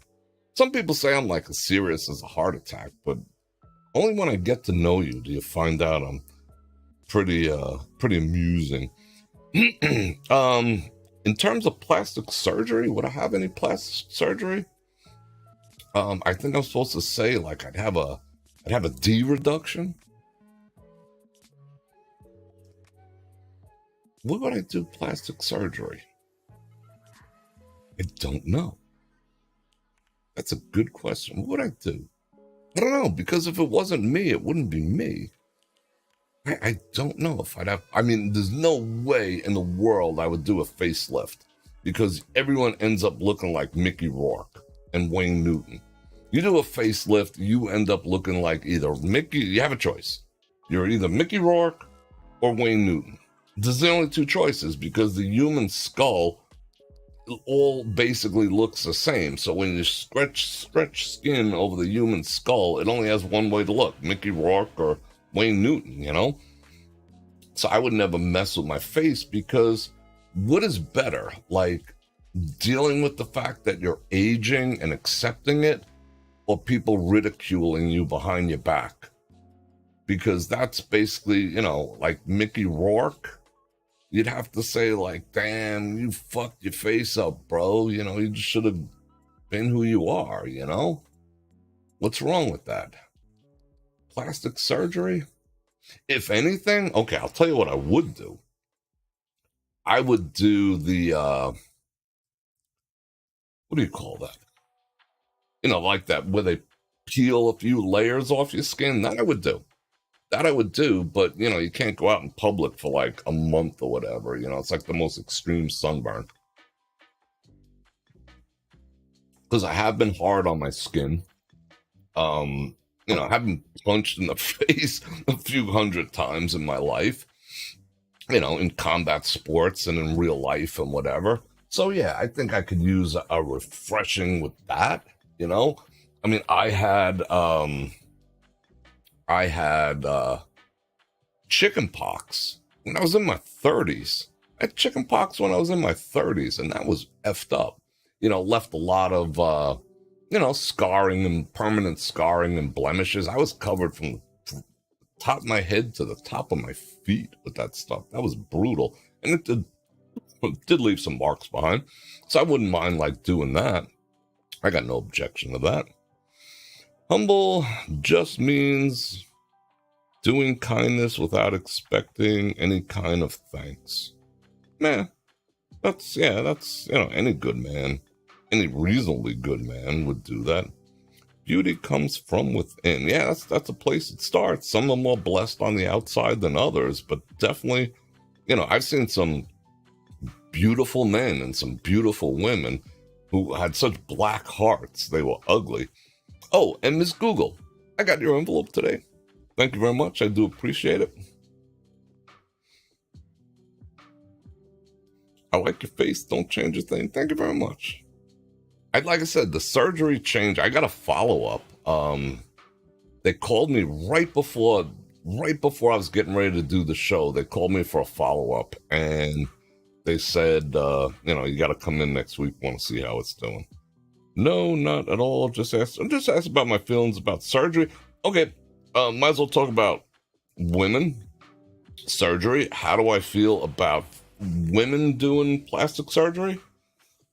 Might as well do that because I feel like answering my own question. I don't necessarily have a problem with it. I mean, facelift activities, that's kind of, I'd prefer a woman just take care of herself naturally to the best of her ability. Do I have a problem with breast implants? Not necessarily. My philosophy when it comes to that is if I could feel them, they're real, So how are they fake if I could actually touch them? It does go to personality, though. I've found that most women who have implants, it affects them. It hits a little different in their personality, because why would you want to get them if, okay, well, it starts out, well, I feel a little more, it make me feel more feminine, but then why are you showing them all the time? And, there's a lot of baggage if you're a man and, you're dealing with that. And I wouldn't want to pay for them and then have some other guy squeeze them when, we're done. That's kind of weird. Hey, you can't repossess them. I want those back. No one else allowed to touch those. I don't know. Me personally, I'm kind of in the camp of, I can't believe I'm going to say this. I'm in the camp of bigger for dating and smaller for relationships. I said it. I got my reasons. Mike W. in Thailand, but all the other shit, the tummy, I just don't like all the facial stuff. I mean, every freaking woman you look at, I wouldn't say every, but so many women look like Kim Kardashian clones. It's just stupid. I mean, it's not attractive anymore when everyone looks the same. When I walk past Omnia and there's like 50 Kim Kardashian clones, then what makes you special? Now you're just invisible to me. Women don't realize they're making themselves invisible by doing all that shit. Maybe in their hometown it's different, but overall, pretty invisible. Let's see. Mark with the 5 Banana Ramas, thank you very much. In Thailand, they do a detox of your skin with an hour massage. I gotta go to Thailand. Mark, why do so many women in Thailand have braces. Is that like a thing? Is that attractive? Or is just bad teeth such a thing? But it seems to me like anytime I see pictures of women from Thailand, like they all have braces, like almost all of them, and they're not afraid to show it. They're just like, like, is it a status thing? What is with the braces? I'm curious. I'm really curious. Thank you, Mike. I appreciate that. I got my rocking my heart. 109 views right now, but hey, that's right. Yeah, Thomas, I know that's gonna happen. People are just like, people. I know we're turning over the audience. There's not a whole lot I can do about that. Julio Julio shirt tonight. Thank you, Steve. I appreciate that. Some people are gonna like it. Some people aren't. I'm not completely abandoning going out on the strip, but it is what it is. I mean, there's enough people doing that, don't you think? Mike W. Oh, Venus, I did get my box. Okay, let me see. All right, we have approximately 25 minutes. So if you're pineapple on pizza, love it. Freaking love it. I absolutely love it. And throw some ham on there because I like the play between the sweet and the saltiness. I mean, anyone who's tasted it knows it's good. Unless you just plain don't like pineapple, that's different. But I think people are just like, oh, you're supposed to hate it like Brussels sprouts. Anyway, what was the other question? It's when a woman says they barely know. That's funny, Jim. Good one. What is the best thing that happened to me today? Ooh. What is the best thing that happened to me today? Besides waking up, that's a good thing. What is wow. Angie, what is the best thing that happened to me so far today? I mean, it sucks. I actually have to think about it a second.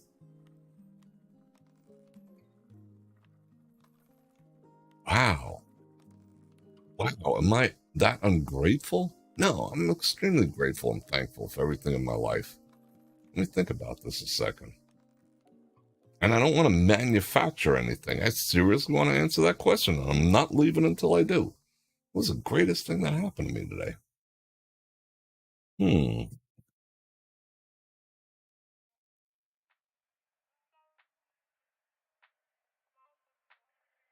I let something go today. I can't really speak on it in specific terms. I let something go today. I let go of something. Something that was... I'll go into it on another live. Someone remind me. Okay, we got the polygamy question. What's my type? Someone keep track. Polygamy question, polygamy or monogamy. What's my type? And what did I let go of? Someone, because I just don't have time. We're going to be on 2 hours shortly. Someone house those three things and I will discuss them. I promise. I let go of something today that was holding me back. That was actually toxic. That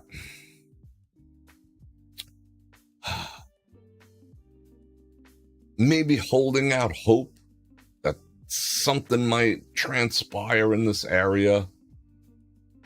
And when deep down inside, I knew it never would, but I was like holding on. Maybe it was a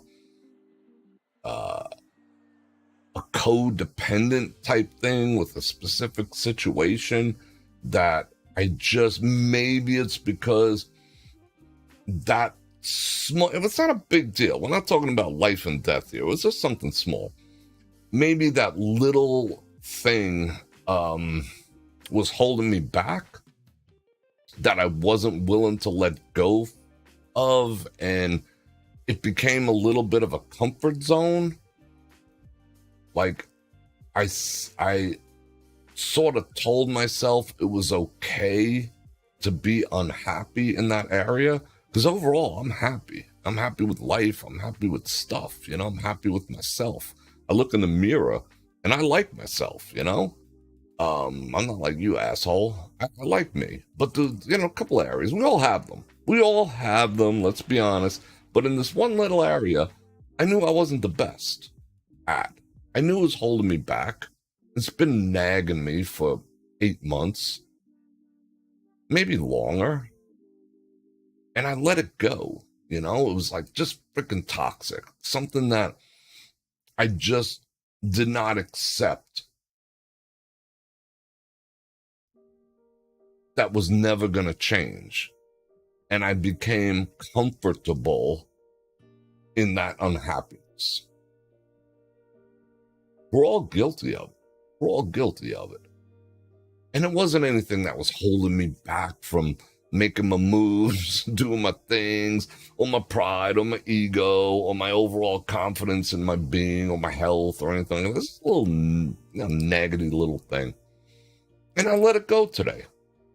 Today was the day I was just like, I'm letting it go. I just quit it. I was just letting it go. I was just like, no matter what, nothing's ever going to come of this situation. You gotta let it go. Or this thing, let it go. And I let it go today.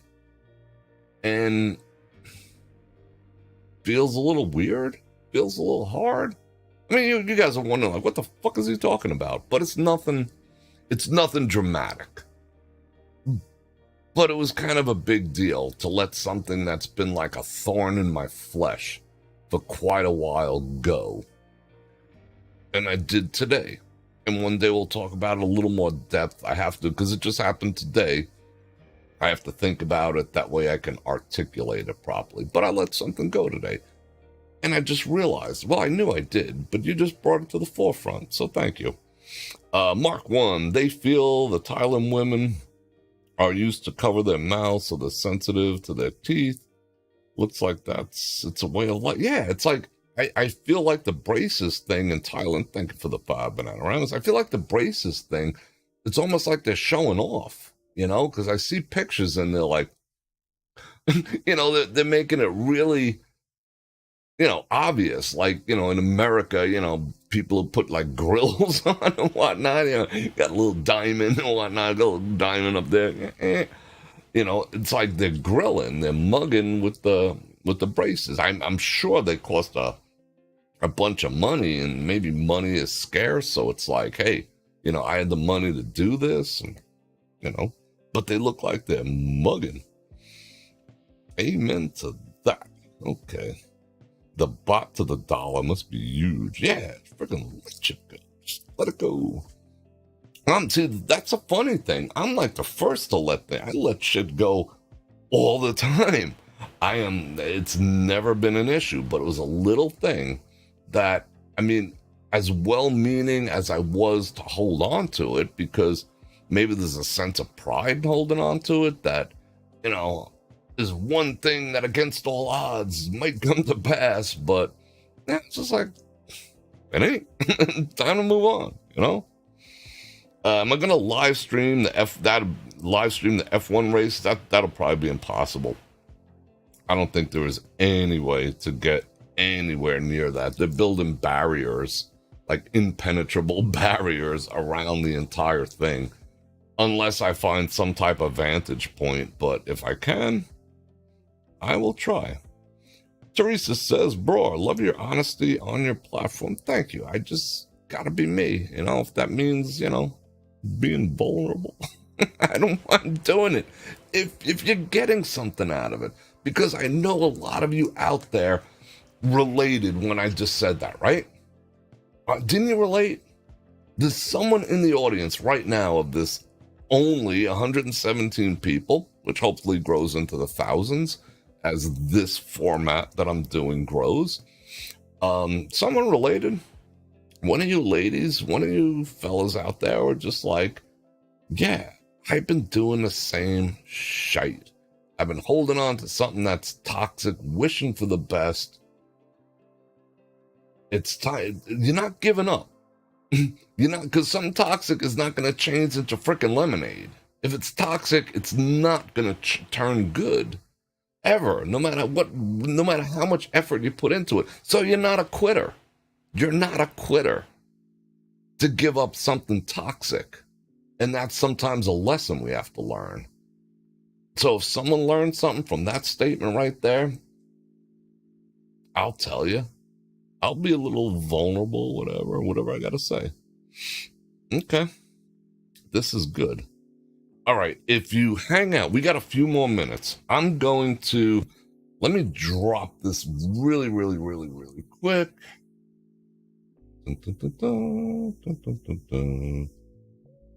All right. I'm going to drop a quick be right back because I got to go on the other side of the room and pick up some of these packages. So just chill a second.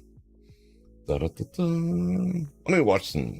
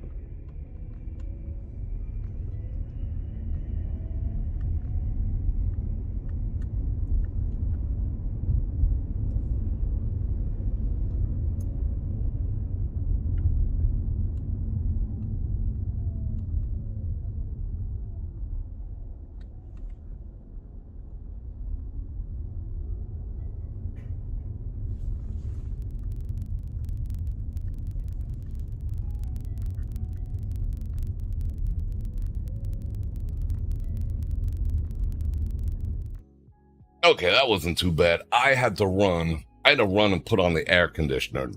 I looked at the there's a wall like over there. It's 76 degrees in here. I must look like a wreck right now. And the air conditioner was on. It's just so hot in here without the lights. Toxic by Britney Spears. All right, we're gonna do something real quick because I got some stuff. So let's do this.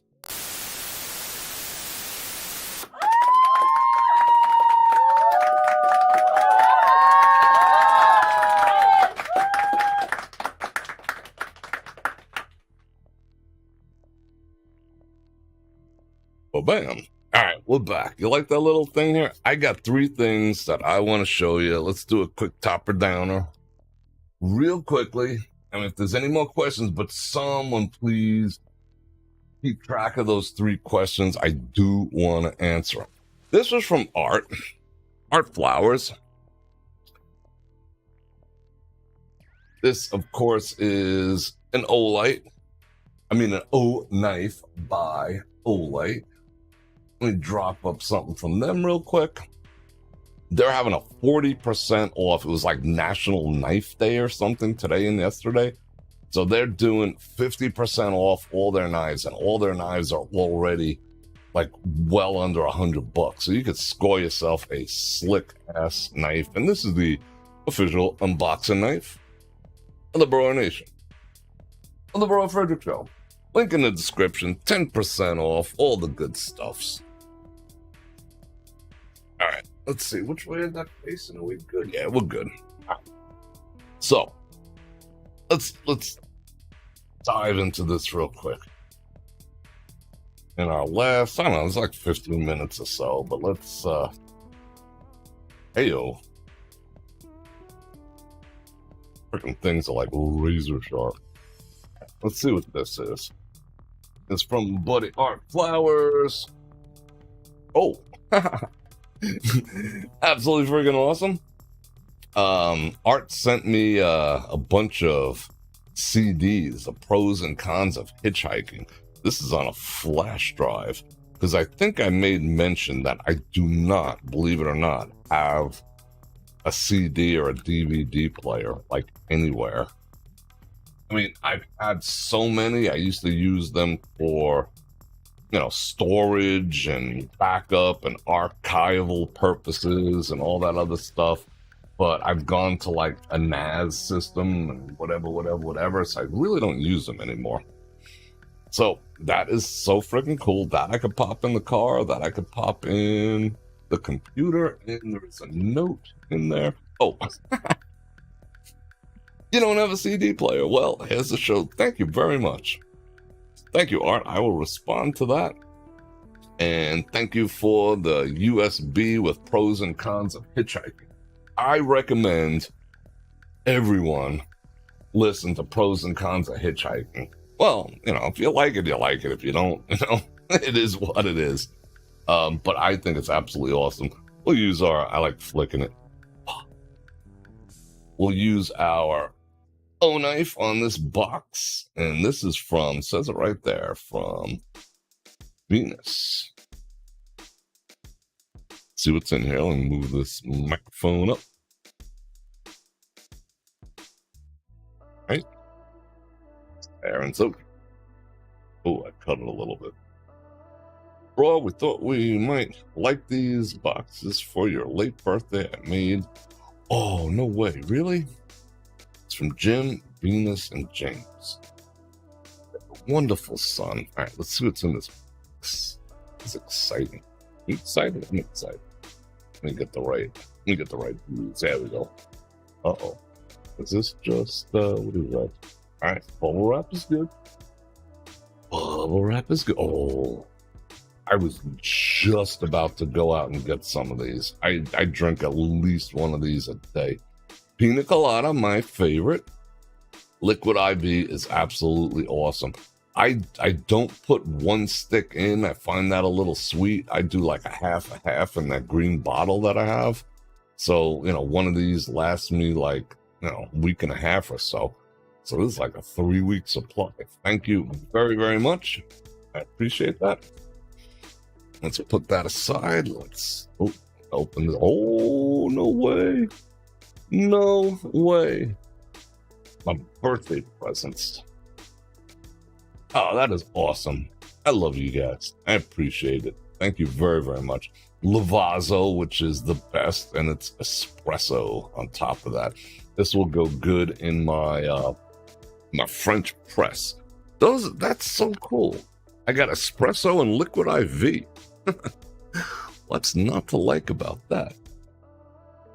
Okay, let's file this box over there. Okay. And, I think I gotta get into this.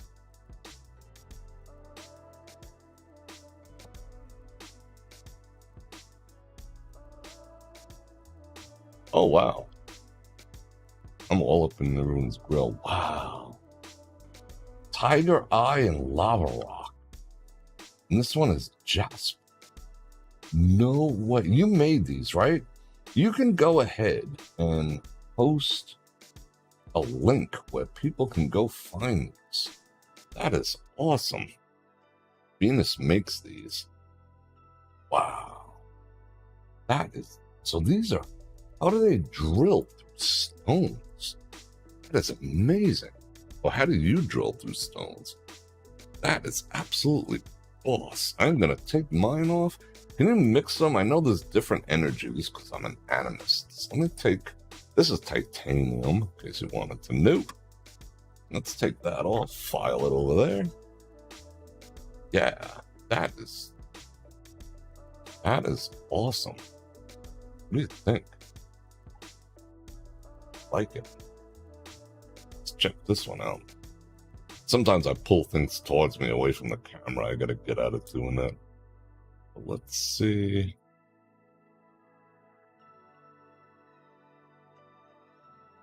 Wow. Tiger's Eye and Lava Eye. Yeah, I could tell that's the lava rock. The black there. And that's Tiger Eye. No way. Stretchy and nice. Yeah, I'm all about it. That is sexy AF. I like it. Thank you very, very much. Love you guys. Thank you very, very much. That is most appreciated. Feel free to drop a link for yourself, and you can do it in the Bror Nation Facebook group too. Love you. All right, let's see what this is. This comes to us from Beachfront Java. I think I remember receiving an email. I might have replied. I think someone said, "Hey, Bror Fredrik, we're a small coffee company and we're gonna send you some stuffs. And maybe we could do some bids." So let's check this out. Obviously, I'm not drinking coffee. I haven't even touched the coffee that's over there. As soon as we get done, I'm gonna suck that down. All right, engage. Oh, knife.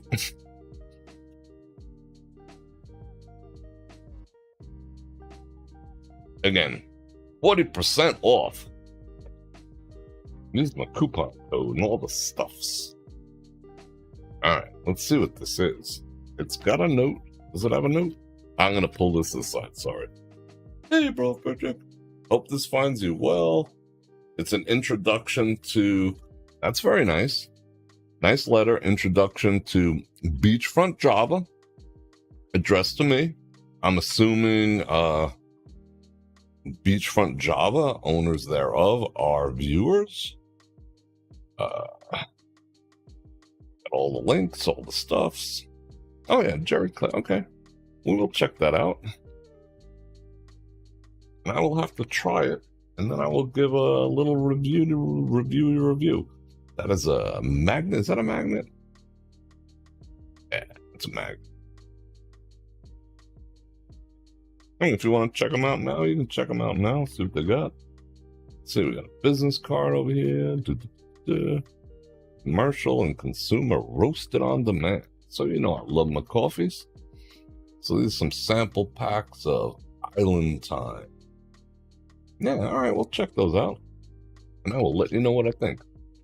Ooh, they smell good. They definitely smell good. Let me get that off the screen. Was that up there the whole time? All right, I will check those out. I appreciate that, and I will get back to you on that. Again, you know, I mean, fellas, you got to carry. Ladies, too, you should have a blade. It's not like, you know, but it just comes in handy. Having a blade, having blades and lights are just freaking, it's such a powerful thing, you know? I just love having that, the profile of them both in my pocket at all times, because I'm ready for anything. All right, so that was a fun little opening up there. I thought they were great gifts too. I love these. And they're going to go good with the coffee. I feel it. Yeah, she does make nice. No, that's fine. I like the... Obviously, there was a cheap set in that pack that I bought. Remember I showed everyone those, like, I think they call them friendship bracelets, and they were like 24, and I bought them for $11. I think I cut myself. Be careful. They had something similar. It's obviously not like this. They were like, you know, crappy wood ones or whatever. They were so tight. The veins were like bulging out of my hands or whatever. I like that these are loose. And I like the sensation of them being able to roll back and forth. And that's actually good because these are, they are energetic. In case people didn't know. Yeah, it's kind of a cool magnet. No, not too big at all. Haven't tried the pina colada. Yeah, I do the half dose too. I don't see how they probably want you to put a whole stick in imagine putting a whole stick of liquid IV in an 8-ounce glass of water. It'd be like, I don't know. I could put a whole stick in like a quart or more. Who knows? Looking forward to having a cup of coffee next time in town together. Sylvia, my daughter lives in California. Here's your knife for protection. Yeah, it's a good thing. I mean, you should know how to, you know, kind of use. Well, I wouldn't say learn how to use a knife for self-defense. I would say learn how to retain it so that if you did have to take it out, God forbid, that it couldn't be taken away from you. That's the most important thing. However, there's no such thing as a winner in a knife fight. Can confirm. I can show you that I can confirm. No such thing as a winner. Yeah, the half dose. That's the way to go. So thank you to everyone. Okay, it is now. I'm about to go overtime because I do got a couple of things I need to do. Got some place to go. I got some people to see, and I just wanted to thank everyone. I hope you enjoyed that. I know I didn't get to every question, so hold on to those. Hope someone retained those 3. I'm going to try to do it right now. That way I don't forget. And thank you for everyone for the super chats. And if this is something you want to do, I know those that screw up. There's 2 live streams running at once. Maybe that killed the activities, but we still have people here, which was good. If you want to keep doing these, I will keep doing them. I might just keep doing them because I enjoy doing them. But, hopefully with your input, they become more interesting. So, yeah, and I'm glad I like the questions that are being asked. I don't mind. I don't mind telling you how I've never been short of having an opinion, obviously. Anyone who knows me knows that. But you can tell when you hit a good one when it causes me to think. If I could just rattle one off real quick, that means I have a pre-formulated opinion. If I have to think about it, you're watching my process live of thinking through something. So I find that really, really kind of cool. I don't know if you guys do, but I'm kind of enjoying it. I'm not gonna lie. AMA session 2 in the books. Good night, everyone. Was it fun? All right, good. Thank you, Sylvia. So if you guys had fun, I had fun, and we're probably going to go out and do a live stream tomorrow night. I'm not sure what time, quite frankly, but we will do one way or the other. I'll get out there because it's Saturday night. It's just fun, and I need to get out and do stuff too. We did a lot on the strip last week because I just happened to be there a lot. More studio activities coming. I think I might be prepared to start doing the afternoon and evening routine from the studio. So we'll see how that goes, and we'll see what kind of support I get from doing it. And as new people come on to the newer content I want to put out, welcome them to the Bror Nation, welcome them like everyone else. And I also want to hear from you guys, what you guys want to discuss. I'm not going to sit, trust me, I'm not going to sit and hammer the hell out of one topic like relationships. That's just what happened to be on my mind at the time. And I think there's a relationship crisis, not only, in the United States, but throughout the world, because population, we're like, do you know that the world's population is crashing, that we're basically becoming extinct? So if we don't start learning how to run a healthy relationship, start knocking boots and, popping out some kids, we're doomed, but we'll just see. I just like the topic because I like psychology and there's nothing more, the human interaction with another human, especially in a sexual context, relationship, not sexual, but relationship context, because you're not allowed to say man and woman anymore. So I'm beating around the bush with that. I think it's the most interesting dynamic. There's so much going on. I just like exploring it, but there's other topics. I got tons of stuff we're going to talk about, and I'm going to split it into 2 shows, and we'll see where that goes. Yeah. So I'm going to invite you, while you're here, to share, subscribe, and hit that bell button to get notified when I do this again, which is at least 5 times a week. And join me tomorrow night, of course. And what else do I got to do? I got to thank you for super chats. You have my appreciation, because if it was not for my audience's support, I wouldn't be able to do this. So thank you very much. And again, look forward to seeing you. Elon says 2. Yeah, Elon says that. Really? So me and Elon agree on, it's a lot we agree upon, and he makes me nervous. Me and Elon got to talk. Thank you for that 5 Bananagramas, and I got links. I got all the stuff. Don't forget Olight, and don't forget T. Shanley. It's working wonders on me. It'll work wonders on you. And on that note, Bror Fredrik out. Check the mic and make sure it sound right, boys.